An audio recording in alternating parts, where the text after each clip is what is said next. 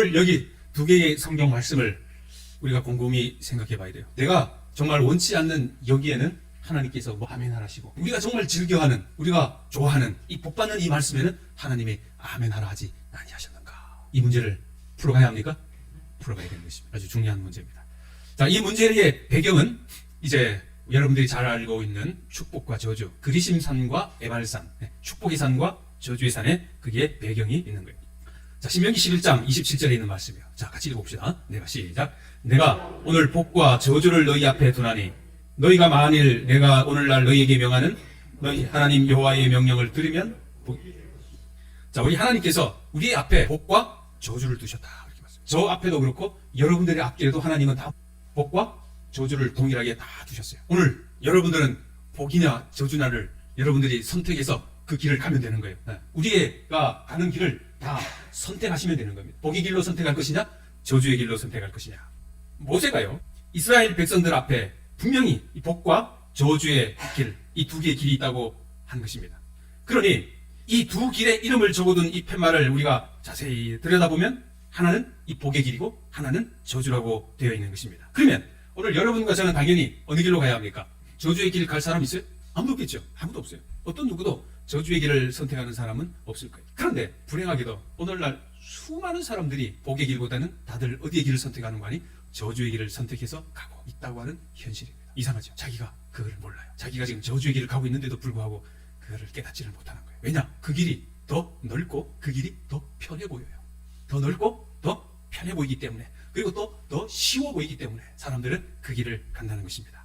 즉 하나님의 말씀대로 살아가는 길은 좁고 험해요. 그래서 그 길을 잘 가지를 않아요. 하나님의 말씀대로 가는 길은 무슨 길입니까? 복의 길 맞습니까? 복의 길이에요. 그래서 그 길을 잘 가잖아요. 그럼 반면에 이 저주의 길은 뭔 길이냐? 내가 원하는 방법대로 살아가는 길이 저주의 길이에요. 내 방식의 길, 내 생각의 길, 자기가 원하는 방법대로 살아가는 그것이 더 재미있고 더 유익하다고 그렇게 생각하기 때문에 사람들은 그 길을 가는 거예요. 그래서 복의 길을 선택하지 아니하고 저주의 길을 택하는 사람이 오늘날 정말 많다는 것입니다. 아무리 길이 좋아 보여도 그 길 끝에 무엇이 우리를 기다리고 있는지를 알고 있다고 하면 함부로 그 길을 선택하지는 결코 않겠죠. 그 길을 모르니까 그들이 그렇게 선택하는 것입니다. 자, 모세는 오늘 이스라엘 백성들에게 어떤 길이 축복의 길인지, 그리고 어떤 길이 저주의 길인지를 분별할 수 있는 지혜를 주고자 오늘 이 말씀을 우리에게 기록하고 있는데, 그 말씀이 뭐냐?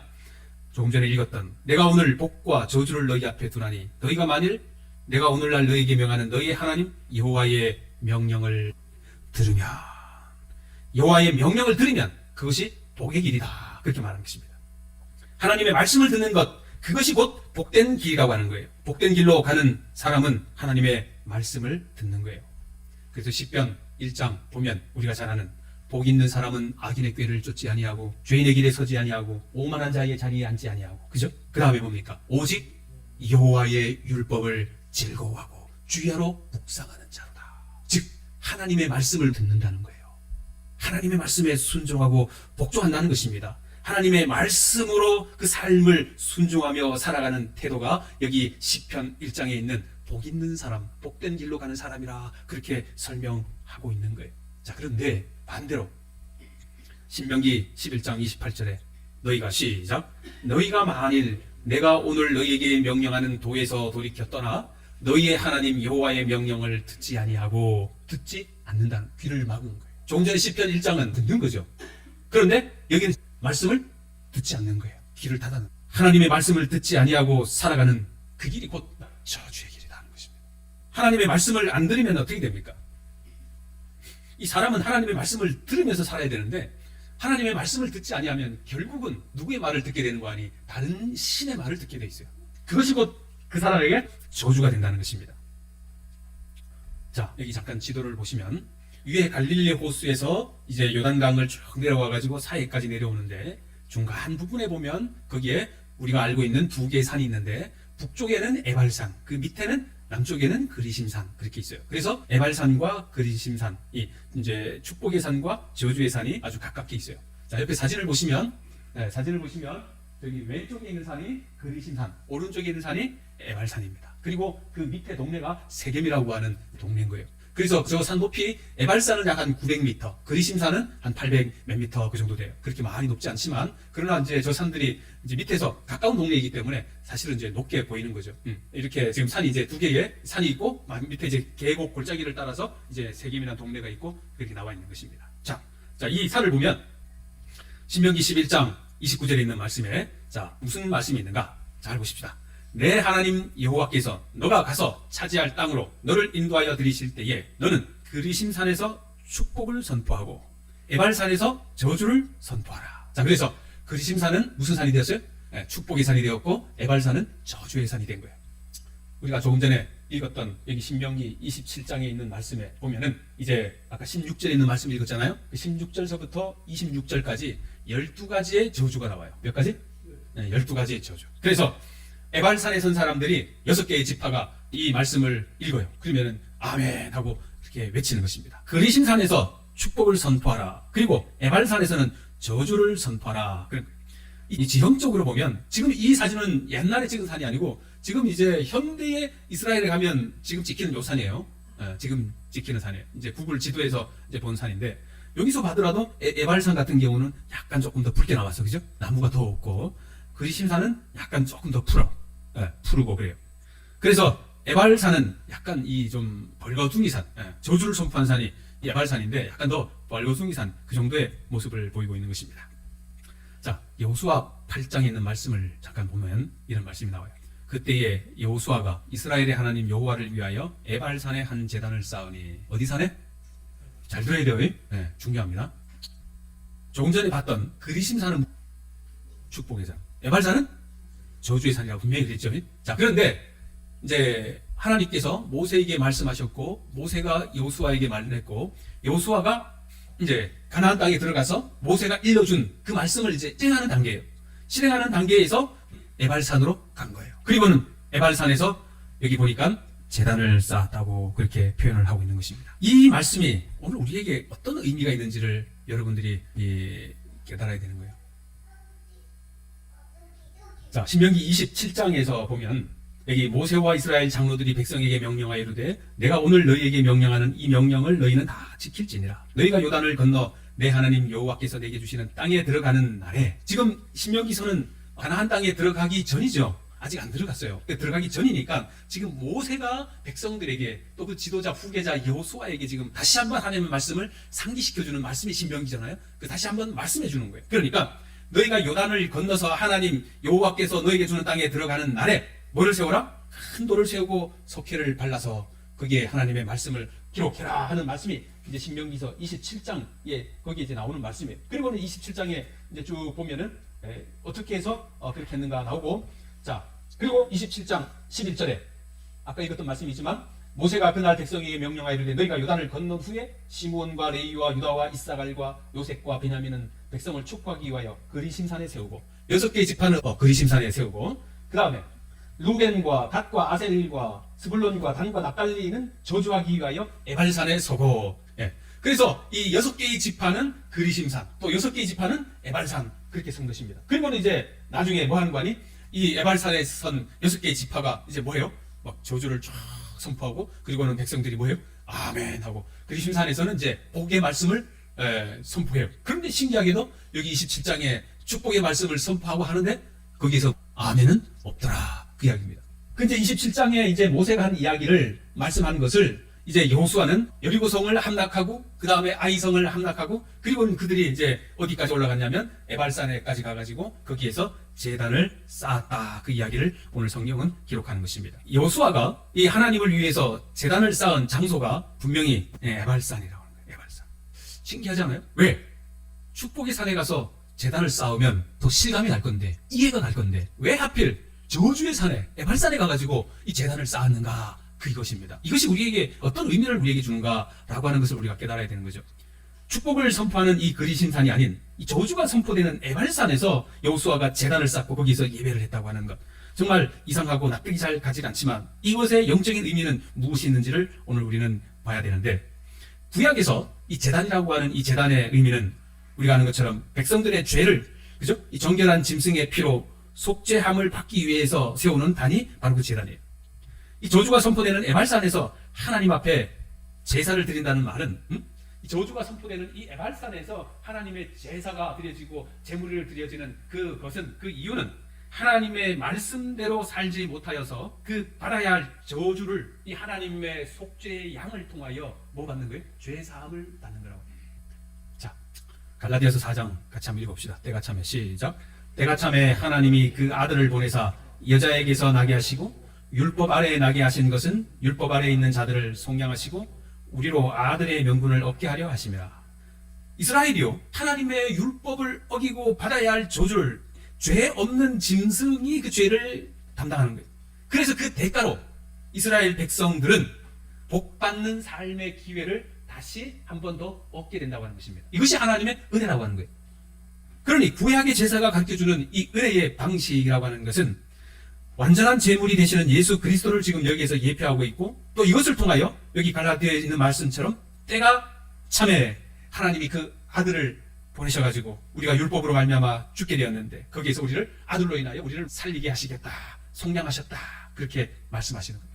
여호수아가 만약에 그 제단을 그리심산에서 세우고 거기서 제사하게 하고 있으면 이 에발산 저주에 있는 사람들은 용서의 기회가 있어요, 없어요? 그죠? 은혜 받을 기회가 있어요, 없어요? 기회가 없는 것입니다. 성경이 그래서 죄가 더한 곳에 뭐가 더하더라? 은혜가 더하더라. 뭐가 더하더라? 어디에?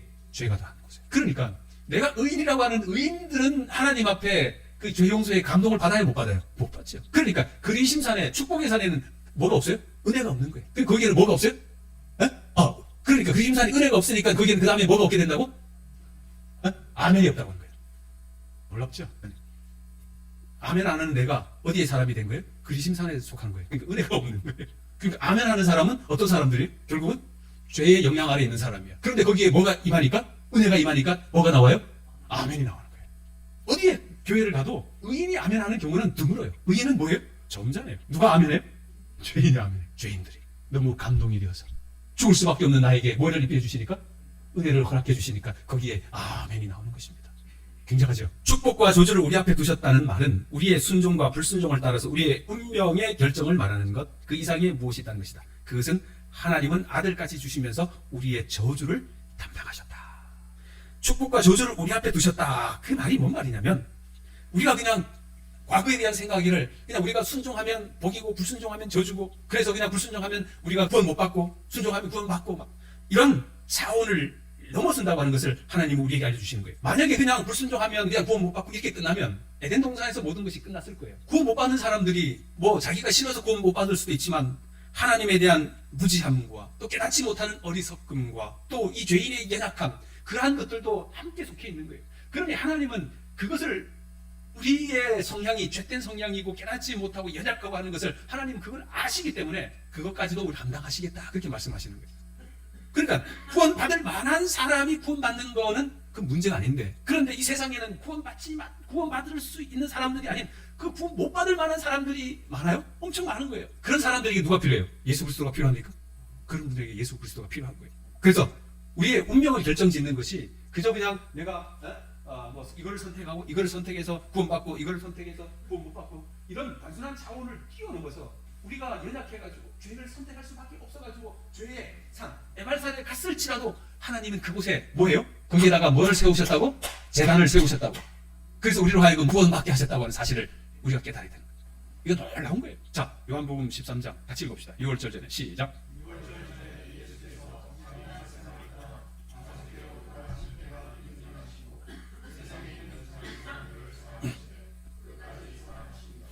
우리 아까 기도할 때 끝까지 사랑하시는 예수님 그렇게 기도하셨죠? 기억나요? 예수님이 우리를 사랑하시는데 어떻게 사랑하셨다고? 끝까지. 그냥 얼렁뚱땅 대충 그냥 여기 사회 성도님들 뭐 그냥 뭐 몇 명만 이렇게 그냥 구원하지, 그걸까요? 천만의 말씀이에요.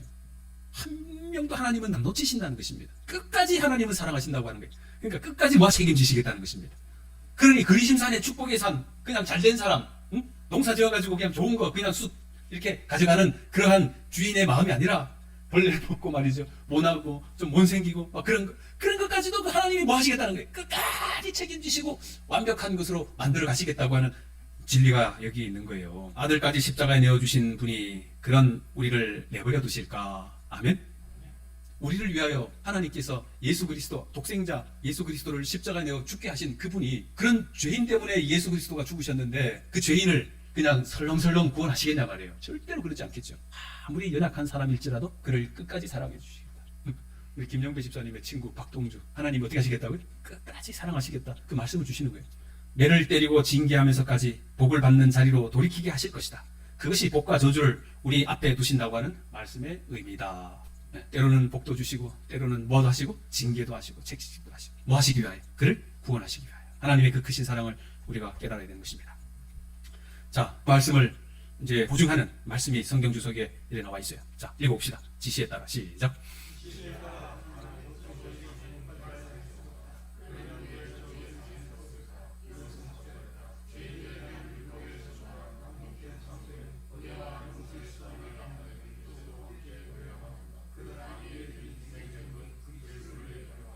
정확합니까? 아이 부인도 정확하게 이것을 지적하고 있는 거예요. 왜 저주의 산에 이 단을 세웠는가? 바로 죄인들에 대한 율법의 저주가 낭독된 장소에는 은혜와 용서의 수단을 나타내는 표지도 함께 놓여야만 한다. 그것은 곧 그리스도를 예표한다.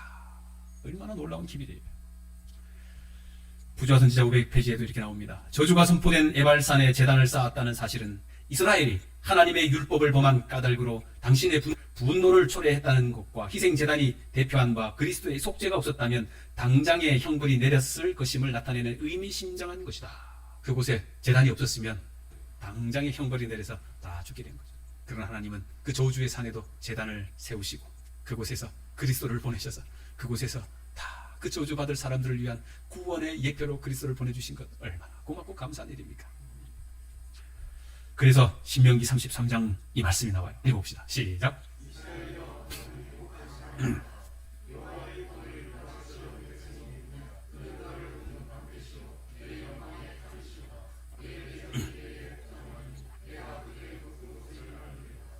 이스라엘이여 너는 행복자로다. 뭐 때문에 행복자라고요? 저주받아 당장에 죽을 나 같은 사람에게 뭐를 허락하셔서 제단을 허락하셔서 그것을 통하여 내가 구원받고 또 나를 사랑하시되 끝까지 사랑하시겠다고 한 하나님의 보증의 약속이 있기 때문에 이스라엘이여 너는 뭐한 자로다? 행복한 자로다. 그렇게 말씀하시는 거예요. 내 뒤에 누가 있기 때문에 든든한 예수 그리스도, 나를 사랑하시되 끝까지 사랑하시는 바로 그 예수 그리스도가 나를 위하여 죽으시고 끝까지 지켜주시기 때문에 너는 누구나? 행복한 자로다. 왜 행복하다고요? 아들이 효도하면 행복해요? 시아가 얼굴 보이면 행복해요? 행복은 그런 데서 오는 게 아니에요. 행복은 어디서 오는 거라고요? 예수 그리스도. 죽을 나를 끝까지 사랑해 주시는 그 예수 그리스도 때문에 내가 행복한 사람임을 그거를 우리가 깨달아야 되는 거예요. 그래서 여기 신명기 33장에 이 말씀이 기록된 거예요. 여호와의 구원을 너같이 얻은 백성이 누구냐? 나와봐라. 오늘 여기 오신 여러분들 우리 모두가 하나님의 구원을 우리같이 얻은 백성이 누굽니까? 얼마나 고맙고 감사합니까? 진리를 허락하시고 성서 기회를 허락하시고 재림 기회를 허락하시고 건강 기회를 허락하시고 마지막 남은 자손 세워주시고 이같이 이렇게 구원 얻은 백성이 또 어디 있습니까? 아멘입니까? 이야, 대단합니다. 그래서 우리가 어떻게 살아야 되느냐? 예수께서 이르시되 그래서 내 마음을 다하고 목숨을 다하고 뜻을 다하여 주 너의 하나님을 사랑하라는 거예요. 그래서 이렇게 사랑하라는 것입니다. 왜? 하나님이 우리를 목숨까지 버리시면서 우리를 사랑했기 때문에. 아멘입니까? 오늘 오신 우리 모두가 이 놀라운 구원의 은총을 가득히 품고 내가 세상에서 제일 뭐한 사람이다? 자네 자신할 수 있어요? 아멘. 끝까지가 아무 문제 아니에요. 여러분, 남편 끝까지가 아무도 아니에요. 물론 있어가지고 뭐 잘해주면 좋긴 하지만 그러나 남편 때문에 내가 행복이 왔다 갔다 하는 그런 사람이 안 되길 바랍니다. 아내 때문에 내 행복이 왔다 갔다 하는 그런 사람이 안 되길 바랍니다. 그거는 그거고 뭐예요? 행복은 누구에게 있어요? 그리스도 안에 있어요. 이스라엘이여 너는 행복한 사람이로다. 분명히 말씀하셨지 않습니까? 죽어 없어질 나 같은 사람에게, 이 저주받을 사람에게 하나님께서 제단을 세우시고 거기서 복을 선포하시고 거기서 나에게 구원을 선포하시고 말이에요. 얼마나 행복합니까? 아멘입니까? 그래서 내가 행복하면 내 가정이 다 행복한 거예요. 행복을 자꾸 다른 데서 찾으니까 이 가정이 자꾸 어려워지는 거예요. 우리 모두가 행복을 어디에서, 어느 산에서 찾아야 되겠어요? 에발산에서. 맨날 좋은 데만 가가지고 폭폭폭 찾아봐야 거기에는 뭐가 없어요? 아멘이 없어요. 은혜가 없기 때문에 그런 거예요. 은혜가 있으려면 어디로 가야 돼? 에발산으로 가요. 거기에 예수 그리스도의 피와 예수 그리스도의 심장과 예수 그리스도의 눈물과 예수 그리스도의 그 아픔과 예수 그리스도의 그 고통이 바로 그곳에 있기 때문에 그곳에 가면 우리가 예수를 만나게 되고 그곳에 가면 예수를 통하여 우리가 나음과 치료함을 있기 때문에 가능한 거예요. 오늘 여기 오신 우리 모두가 주님이 계신 그 산으로, 그 제단으로 나가셔서 세상에서 가장 행복한 사람 누구냐고 물으면 목사님 접니다 라고 말할 수 있어야 돼요. 아멘. 가장 이쁜 사람 누구라고요? 이름이 저라고. 이가 집사님 가장 이쁜 사람 누구예요? 오케이, 그러면 돼요. 아멘. 아멘. 우리 모두가 행복하죠, 그죠? 주 안에서 가장 큰 행복을 우리 모두가 누리시게 되기를 바랍니다. 우리 하나님 감사합니다. 저주의 산 에발산에 그곳에 주님 십자가의 예표를 허락해 주시고 그곳에서 우리를 구원을 허락해 주셨으니 감사합니다. 죄로 말미암아 죽을 수밖에 없는 저희들을 다시 한번 구원해 주시기 위하여 우리를 이렇게 살려주신 놀라운 증표를 하나님 감사합니다. 그러니 우리가 이 세상에서 행복한 사람임을 저희들이 깨닫고 주님을 위하여 마음과 목숨과 뜻을 다하여 주님을 사랑하는 우리 모두가 되도록 하나님 도와주시옵소서. 예수님의 이름으로 기도하옵나이다. 아멘.